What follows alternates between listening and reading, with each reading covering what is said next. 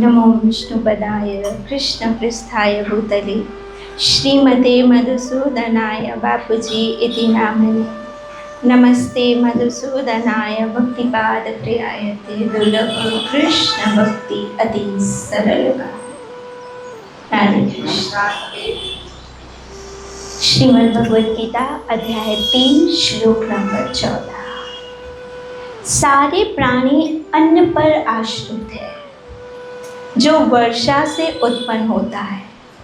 वर्षा यज्ञ संपन्न करने से होती है और यज्ञ नियत कर्मों से उत्पन्न होता है। अर्थात इसमें बताया गया है कि हम जो भी प्राणी हैं, चाहे पशु हो या इंसान हो, हम सब किस पे डिपेंड करते हैं? अन्न पे। क्योंकि अगर हम भोजन न करें तो हम जीवित भी नहीं रह पाएंगे। हम अन्न पर आश्रित हैं। और अन्न कैसे उगता है? वर्षा से, बारिश से।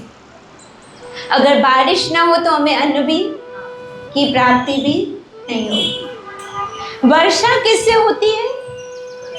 यज्ञ संपन्न करने से।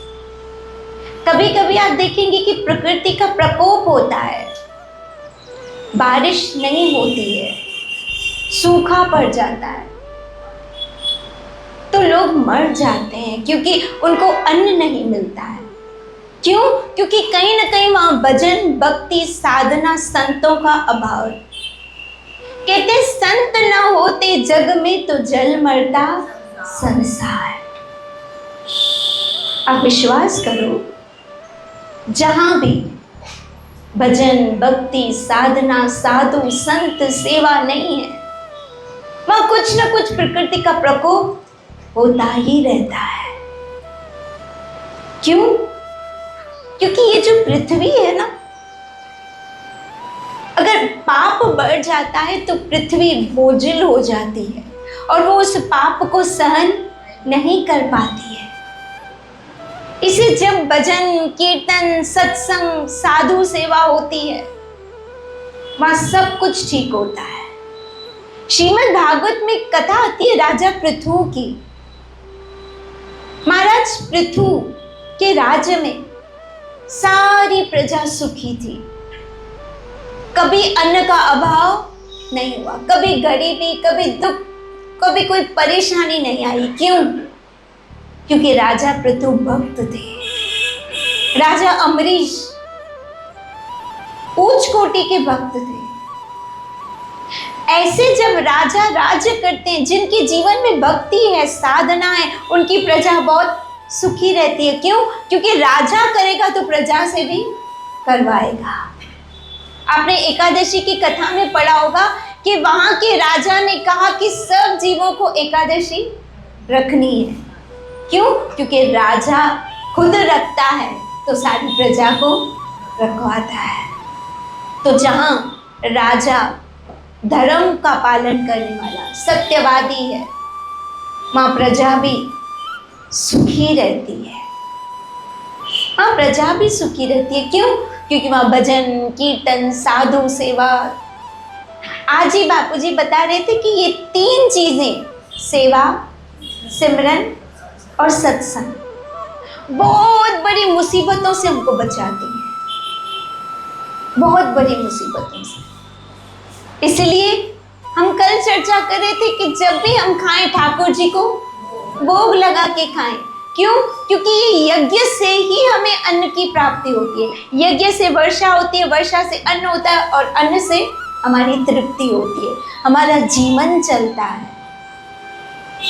और जब हम ठाकुर जी को भोग लगाते हैं, तो जब वो भोग लगता है, जैसे हमारे घर में एक्वागार्ड है, तो पानी कैसे होके आता है?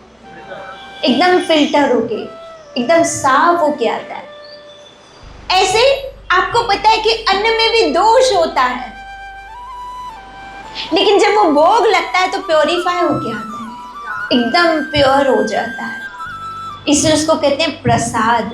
क्या कहते हैं? प्रसाद। जब तक भोग नहीं लगा वो प्रसाद नहीं कहलाएगा। उसको हम खाना कहेंगे, डिनर कहेंगे, लंच कहेंगे, ब्रेकफास्ट कहेंगे। लेकिन भोग लगने के बाद प्रसाद। और वही प्रसाद जब गुरु महाराज को भोग लगता है, किसी वैष्णव को भोग लगता है और फिर हमको मिलता है, तो कहते हैं महाप्रसाद। क्या कहते हैं? महाप्रसाद। तो इसलिए हमें यज्ञ जरूर करना चाहिए। और यज्ञ क्या है? हरे कृष्णा कृष्णा कृष्णा हरे हरे, हरे राम राम राम हरे। क्यों? क्योंकि यज्ञ से ही वर्षा होती है और वर्षा से अन्न की प्राप्ति होती है। जैसे अभी हम सबों ने सुना अहमदाबाद का जो फ्लाइट जो हमने सुना एयर इंडिया का, आप सोचो कि कितने लोग पता नहीं क्या क्या सोच के गए होंगे, पता नहीं कितने अरमान होंगे लंदन जाने के। कोई अपनी पत्नी से मिलने जा रहा था, आपने तो देखा होगा, और हालत क्या हुई? सब जल गया, सब कुछ, यहाँ तक कि जो फ्लाइट का जो लोहा था वो भी पिघलने लगा। लेकिन आपने देखा, न्यूज़ में बताया है, भगवत गीता बच गई, श्री राम। और यही भगवत गीता देखा अगर आपने, भगवत गीता जबकि लोहा पिघल गया, यहाँ की डेड बॉडी भी मिल नहीं रही है कई लोगों की, लोहा पिघल गया। इसमें तो क्या है? पेपर, पुट्ठा। आज भी भगवान की शक्ति है। गीता कैसे बच सकती है?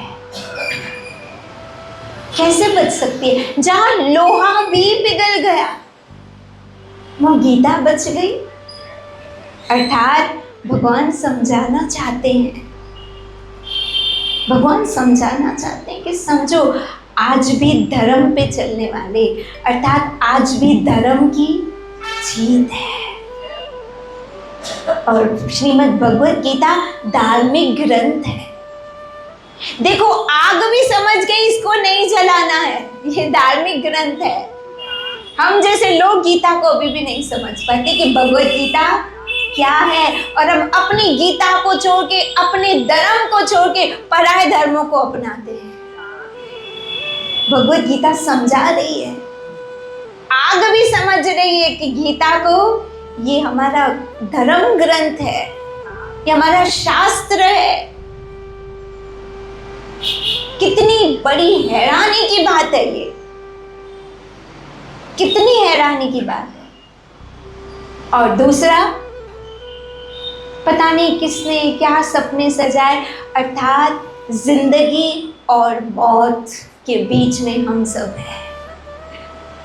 पता नहीं जहाँ जा रहे हैं वहाँ वापस आएंगे, यहाँ जहाँ जा रहे हैं हम पहुँच भी पाएंगे या नहीं। ये डरने की बात नहीं है, ये एक सावधानी की बात है। और तो और, कुछ तो बेचारे अपने हॉस्टल में पढ़ाई कर रहे थे। मौत कहीं भी आ सकती है, श्री राधे, कहीं भी आ सकती है। एक मैंने देखा व्हाट्सएप पे, एक पिता रो रहा था कि मेरी बेटी उस फ्लाइट में एयर होस्टेस थी, श्री राधे, और बोल रही थी, पापा मैं जैसे ही लंदन फ्लाइट पहुंचेगी ना, मैं आपको कॉल करूंगी, मेरे फ़ोन का इंतज़ार करना, श्री राधे। वो रो रो के बोल रहा था, वो मुझे बोल के गई, पापा मेरा इंतज़ार करना, मेरे फ़ोन का इंतज़ार करना, चिंता मत करना, मैं पहुंचते ही आपको फ़ोन करूँगी, श्री राधे। बोल रहे मैं कब तक इंतज़ार करूँ उसके फ़ोन का, और ऐसे कह के इतना रोए, इतना रोए। इसलिए याद रखो, आज भी तेरा आसरा, कल भी तेरा आसरा। जिंदगी पता नहीं कब समाप्त हो जाए। हमने तो सपने कुछ और देखे और कल कुछ और हो जाए।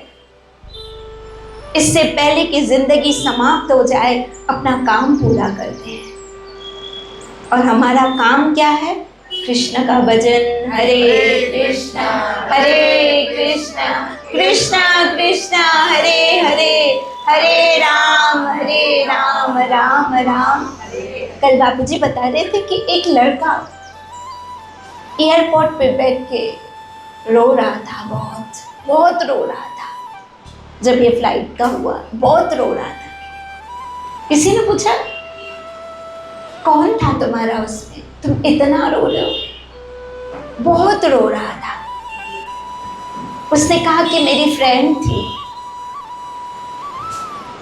जब मैं उसको छोड़ने जा रहा था, मन में आया कि जो भी दिल में आज बोल दूं, लेकिन मैंने सोचा नहीं, जब मौका आएगा तब बोलूंगा। जब मौका आएगा, अभी तो एयरपोर्ट जाना है, फ्लाइट पकड़नी है, रास्ते में ट्रैफिक है, अभी समय नहीं है बोलने का। मन में बहुत कुछ था उसको बोलने के लिए, बहुत कुछ था,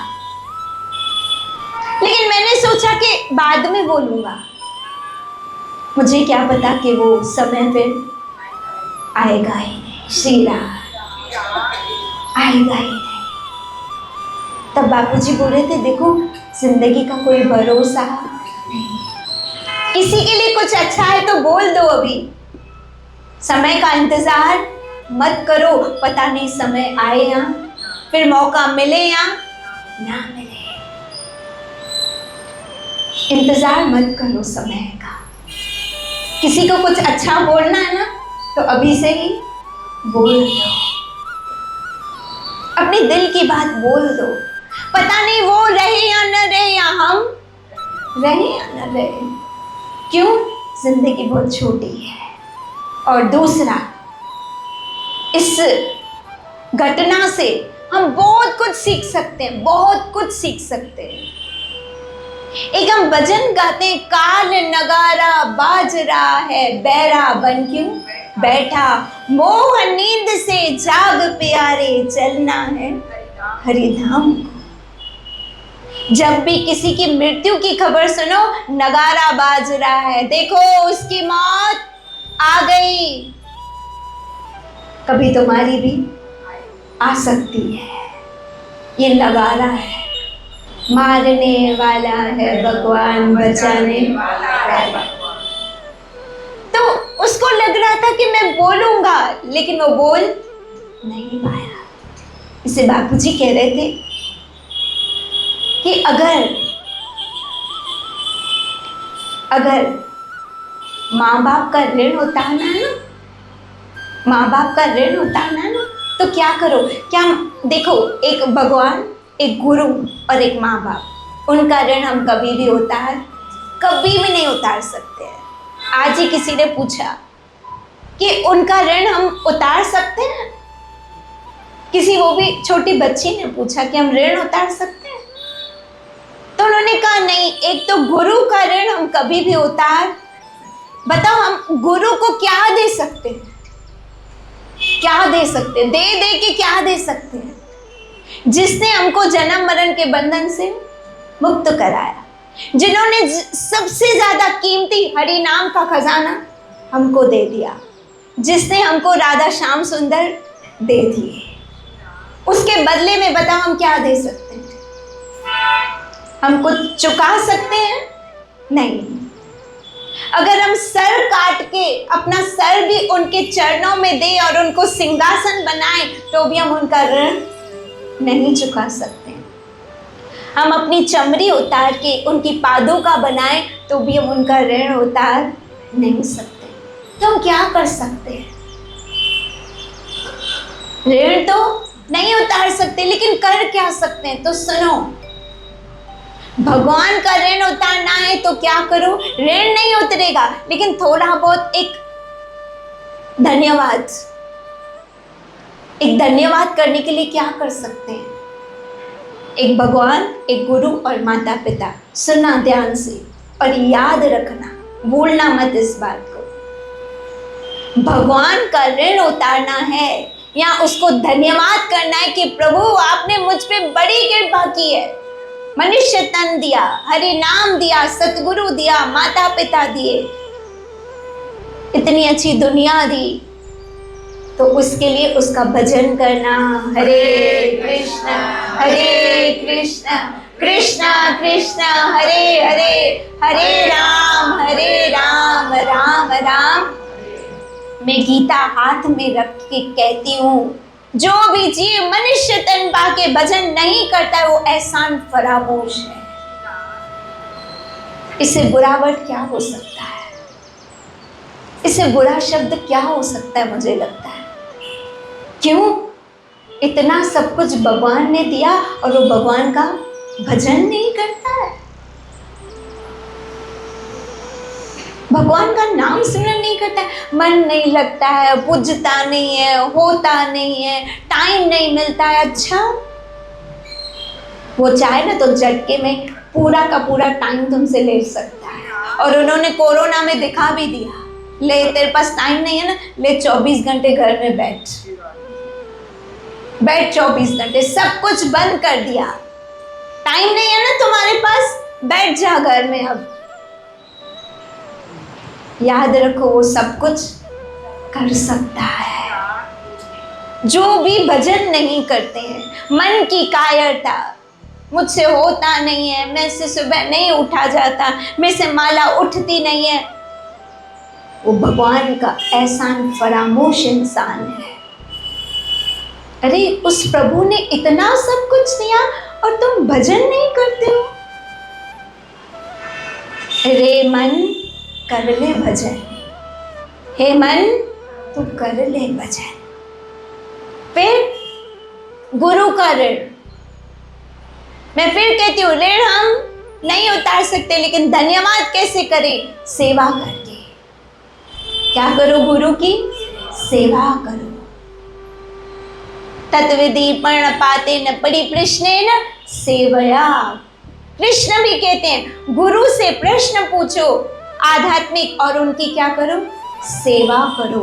अर्थात अगर आपने गुरु की सेवा की मतलब आपने गुरु को धन्यवाद किया।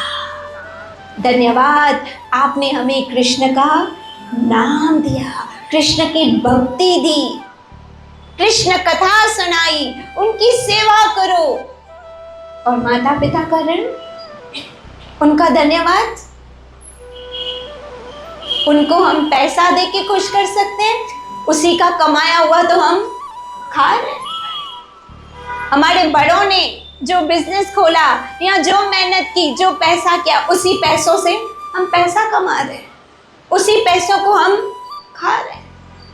तो याद रखो, अगर बड़ों को, अपने माता पिता को धन्यवाद करना है ना, तो उनको समय दो। क्या दो?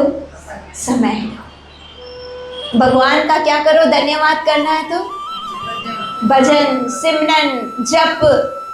गुरु का करना है तो सेवा, और अगर माता पिता का करना है तो समय। और समय देके उसको धड़के मत दो। मम्मी तुझी आदत तई तो यही करनी है, पापा ता यही आयो, से प्यार से बातें करो, उसको आई लव यू बोलो, तेरा खुश हो जाएगा। उनसे प्यार भरी बातें करो, उनका दिल खुश हो जाएगा। उनके साथ बैठो थोड़ी देर। क्यों? क्योंकि उन्होंने हमें समय दिया, बचपन से हमको बड़ा किया, पूरा का पूरा समय दिया, पूरा का पूरा समय। हम जागे वो भी जागे, हम हॉस्पिटल में वो भी हॉस्पिटल में, हम दुखी वो भी दुखी। हमारे स्कूल का टाइम तो वो सोए नहीं, वो जागे हमारे लिए। उनको समय दो, ना कि उनसे रूड व्यवहार करो, उनको चिल्लाओ, उनको डांटो, उनकी कोई बात न मानो। इसलिए सेवा, सिमरन, सत्संग। ठीक इसी प्रकार ये तीन चीजें, गुरु, कृष्ण और माता पिता, शास्त्रों में लिखा है हम इनका ऋण किसी हाल में नहीं चुका सकते, किसी हाल में। राजा सम्राट की एक कथा हमारे बापूजी बताते हैं कि उन्होंने एक दिन कहा कि मैं अपने माँ का ऋण चुकाऊंगा। क्या कहा? मैं अपने माँ का ऋण चुकाऊंगा। माँ हंसने लगी। क्यों? क्योंकि पता है कि माँ का ऋण कोई चुका नहीं सकता है। जैसे आज ही बापूजी के उदाहरण दे रहे थे कि हम फॉर एग्जाम्पल कहीं जाते हैं बारिश के दिनों में, तेज बारिश होती है, तेज बारिश, हम अटक जाते हैं, तो कोई हमारा दोस्त, कोई हमारा मित्र या कोई सज्जन व्यक्ति हमको अपने घर ले जाता है और एक रात हमको रुकाता है, अच्छे से खाना खिलाता है, रुकाता है, तो हम बार बार उसका एहसान याद करते हैं कि उसने एक रात हमको रखा, एक रात अपने घर में रखा। एक रात जिसने हमको अपने घर में रखा उसका एहसान याद रखते हैं। 9 महीने जिसने गर्भ में रखा उसका एहसान भूल जाता है। श्री राधे। एक रात रखा उसने।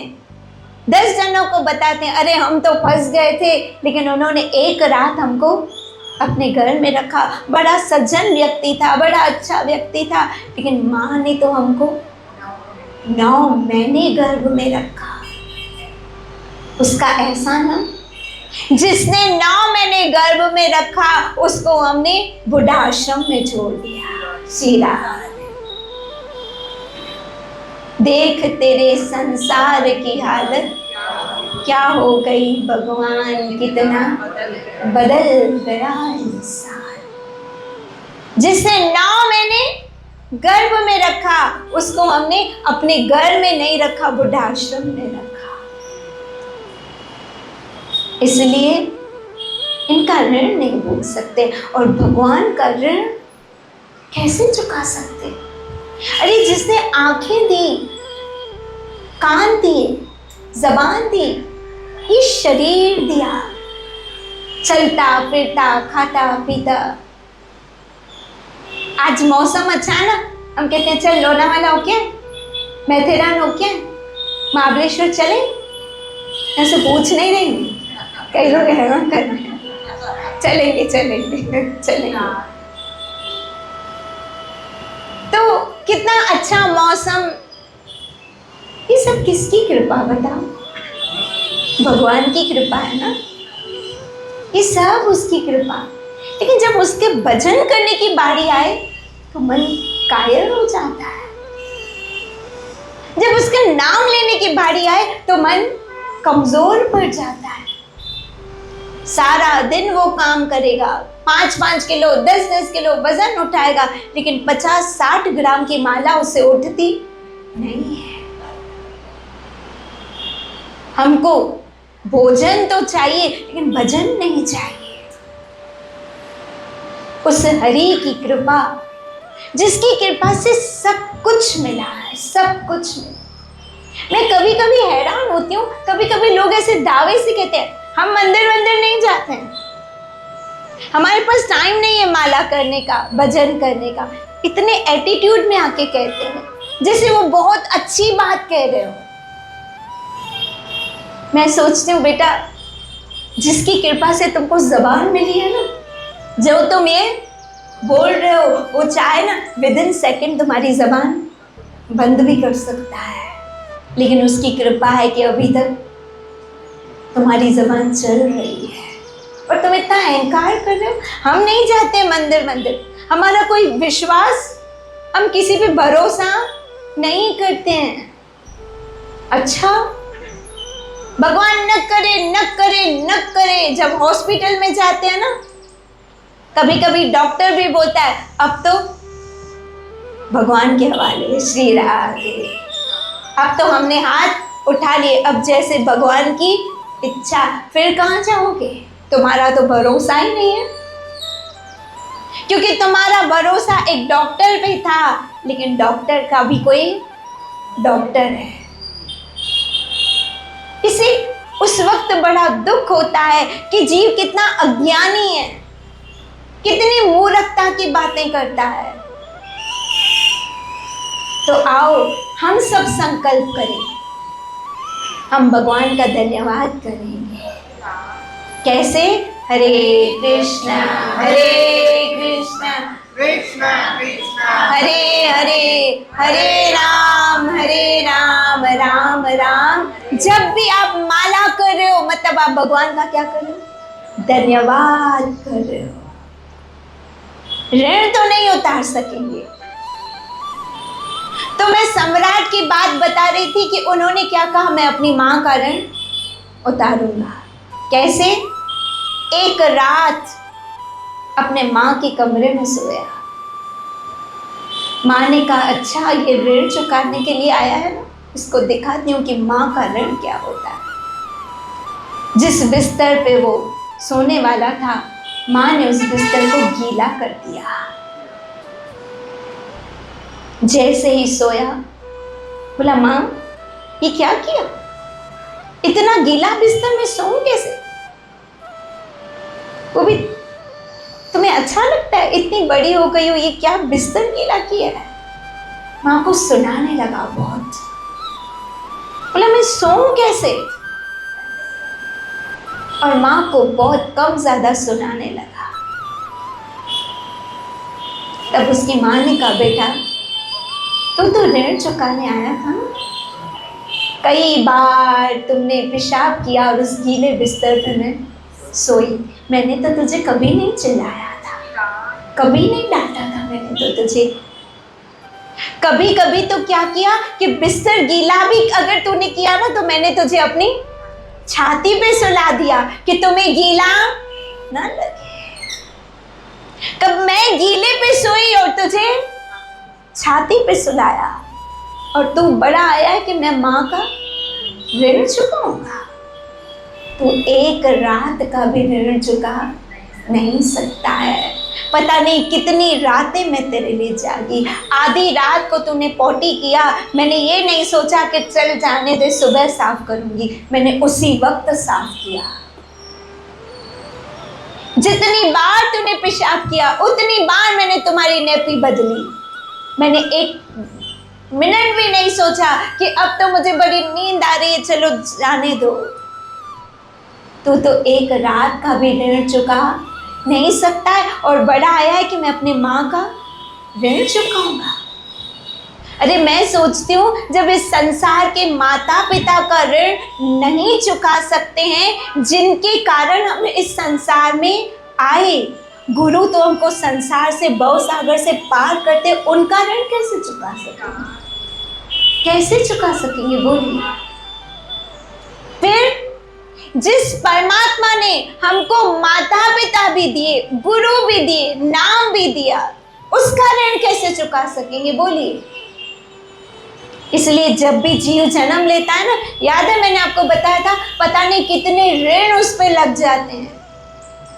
पृथ्वी का ऋण, साधु संतों का ऋण, पता नहीं कितने ऋण उस पे लग जाते हैं। लेकिन अगर अगर अगर सुनना, अगर हमने भजन किया, भक्ति की, साधना की, तो हम ऋण से मुक्त हो जाते हैं। हरे कृष्णा कृष्णा कृष्णा हरे हरे, हरे राम राम राम। इसे हमें यज्ञ छोड़ना नहीं चाहिए। क्यों? क्योंकि अन्न किससे होता है? वर्षा से, और वर्षा किससे होती है? यज्ञ से होती है। और सबसे बड़ा यज्ञ कलयुग का है। हरे कृष्णा कृष्णा कृष्णा हरे हरे, हरे राम राम राम।